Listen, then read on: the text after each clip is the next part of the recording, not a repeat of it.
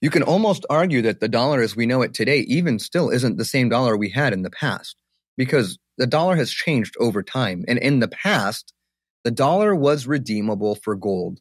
So it really wasn't the same thing as fiat. When you can redeem it for ounces of gold or ounces of silver, it's truly a derivative of gold and silver. It's not the same thing. When they went off of the gold standard with Nixon, and what happened was Kissinger went over and negotiated for the petrodollar. And that's why the dollar became of value. People valued the dollar because you needed the dollar to get the energy that you needed for your community, to get the oil. Well, that's no longer happening. So what we're seeing is the dollars are flooding back from the US or from other countries into the US, and that's going to further devalue the dollar. You see countries like the BRICS nations. Even yesterday, my home country, Egypt, actually joined BRICS nations. You hear Mexico's about to join BRICS nations. What would that look like, having a Chinese military base financed by Russia in Mexico? I mean, these are the things we're really talking about here.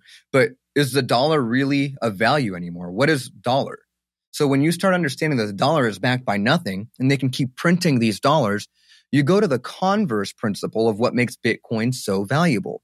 And this is the thing that the gold bugs and the silver bugs like to argue is, well, gold is a better way to hedge against inflation. Inflation is what? Printing of more dollars, devaluing the currency. So gold and silver, they argue that they do it in defense of the failed monetary system and supply that we have. So if you're looking at gold and silver as valuable, then you ask the question of, why is gold and silver valuable? Well, there are properties of money. Is it fungible? Are you able to have it? Is it durable? Gold and silver doesn't break down over time. You can store it for a long time.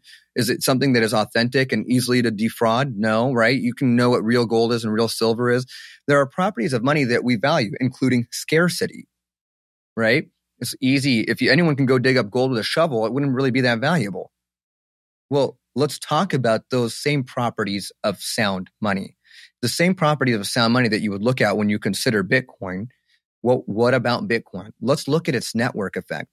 It's got the largest distributed network ledger in the world. It is supported and the hash rate continues to grow. The basic fundamentals of Bitcoin, the number of people supporting the network continues to be at all-time highs. Even though 93% of the Bitcoin is mined and they'll never see the market ever again, it's being hodled. 76% of all Bitcoin ever created hasn't moved in the past year. So what you're telling me is miners are getting the Bitcoin and they're not moving it. They're not spending it. They're keeping their Bitcoin, because there's one thing about Bitcoin that is unlike any other asset class ever created in history, which is its scarcity. There will only ever be 21 million. You can never get more. So we've got a decreasing supply every 4 years and increasing demand as you look at ETFs and nations that are failing and banking systems that are failing. People are looking for an escape. In Nigeria, Bitcoin is going for 60% premiums. I thought gold was like 4 and 5%. You're right. It's more valuable than gold. No, did I just say that? Yes, I did.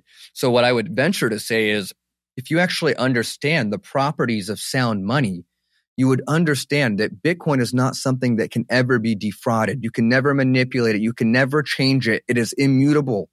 You can never replicate something that is Bitcoin. This is the properties of money that governments and people who value truth hate.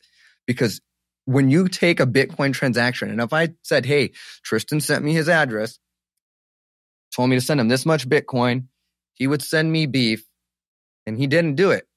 And I'd go to court and I'd sue him and I'd say, I want beef so bad. He's like, well, the contract was for bison, you idiot. And I was like, well, you still owe me beef. I'm sorry. And they'll say, well, you never sent him the money. And I'll say, it's on the blockchain. That is in court. You can actually use blockchain information from the Bitcoin network specifically as evidence in court, because what happened can never change. Maybe he gave me the wrong address. I could still prove that's the address he told me to send it to, and I sent the money to that address. That's not my problem. I'll win in court. You owe me beef.